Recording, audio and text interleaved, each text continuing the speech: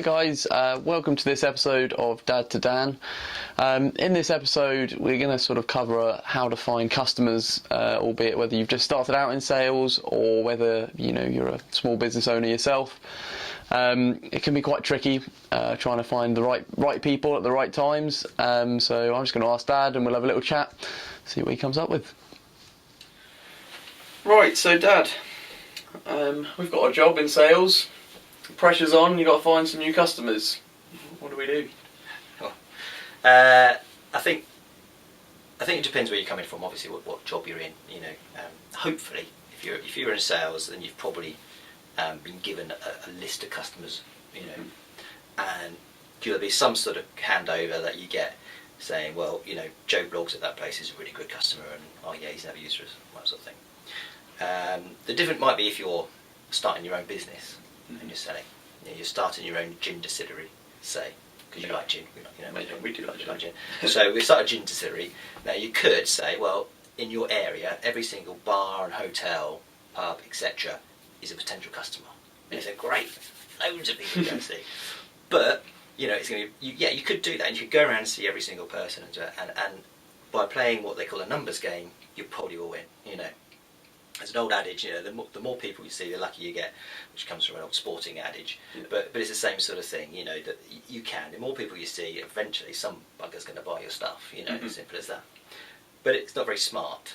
And what you want to be able to do is say, right, okay, I've got this product.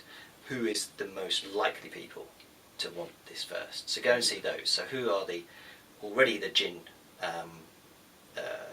bars? They want more gins and whatever. Or perhaps, secondly, the bars that don't do much gin, and you see an opportunity to help them, promote something through you, and then you can do cross promotion. Blah blah blah. There's lots of things you can do. But that is the difficulty is depending on where you're coming from, how you're going to find your customers. But yeah. Okay. I lost it a bit then. Because that's where I was going to go with this. Where am I going to go? I was looking at it and I was like, the next question is how are you going to prioritise? And I was just going to throw you right back in the deep end. So obviously what you were saying is, by the sound of it, prioritising is kind of the key to finding new customers. How would you best go about that? Yeah, I think you've got to work a way of because if you just do the numbers game, if you just keep going and see loads of those people, you'll eventually get worn out, and you've got to focus on the customers that are I suppose there's an account prioritization form, or there's a formula. Come up with a formula that the way you can assess a customer or a potential account for its value, and that usually works in something like, it depends which business you're in, obviously, the potential of the business. So if it's a bar, if we're talking about gin again, the busier the bar, the more customers they have, the more likely they're going to sell more gin. So therefore it's a higher priority than a backstreet bar that only sees a handful of people a day. Yeah. So clearly you're going to get more sales out of the bigger one. So that's quite obviously important. But then there's in the equation there's got to be how likely it is that you can convert that customer. So again, if they're going back to the gin analogy, if they've got a deal with another company, things like this, and you might not, obviously some of this you have to find out, but really it's better to find that out by simply, either searching online, talking to people around the business, not necessarily the person who's going to make the decision. So you've got the information, you've got an account profile before you go and see that customer, so you know how big they are, the potential of that customer, the likelihood that they're going to sell, any sort of cross recommendation. So if you go see, if you know that one bar you're already doing business with knows the barman in that bar, say, what do you think? So you get, and that comes on to cold calling and how you can improve cold calling, which we'll talk about later. But that, I think, is really it. It's just spend time prioritising who you're going to see to maximise your time. Your time's going to be so important. What you don't want to do is go and see people and then you get a sale and it's one bottle of gin. You spent all your time going there doing that and you get one bottle, great. But what you want to do is get like multiple cases or whatever. Yeah. Okay, so when you're sort of searching through and perhaps you've you've done a lot of analysis and you've sort of come up halfway and you're going, right, I'm a little bit stuck. Could, I don't know, your competitors help?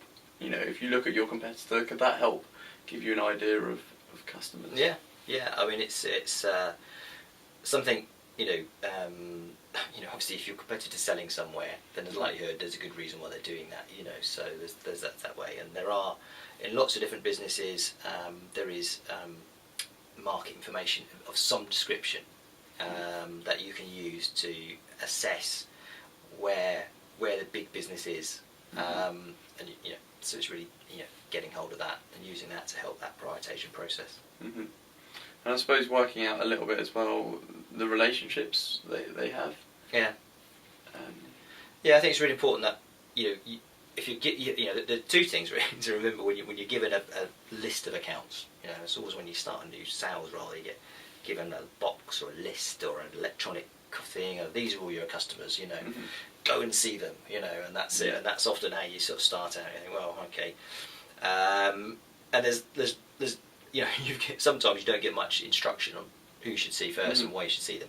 That's quite good, because what you do is you start reading the blank sheet of paper in terms of how you judge each customer. In other words, you go and see a customer that the company's never done business for donkey's years, with the same kind of open mind as you'll see their best customer, because you don't know. I mean, they might get told.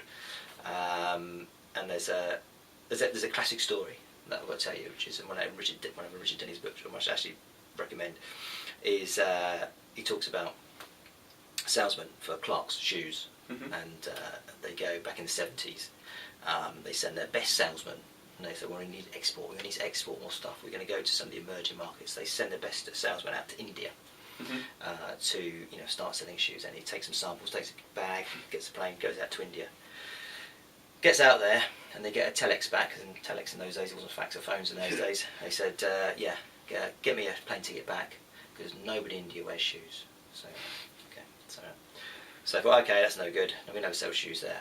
Anyway, 10, 15 years later go by, and it's sort of late 80s, and they think, well, maybe we should try looking at export again. What has changed in India? So they send out one of the best salespeople they've got and say the same thing, here's a box of samples, go out there, see what you can do out in India.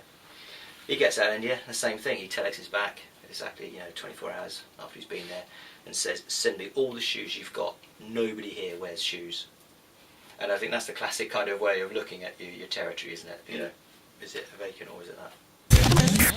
So, just to recap, because you didn't get it, he went out there and he said, send me all the shoes you've got, because nobody here wears shoes. Right.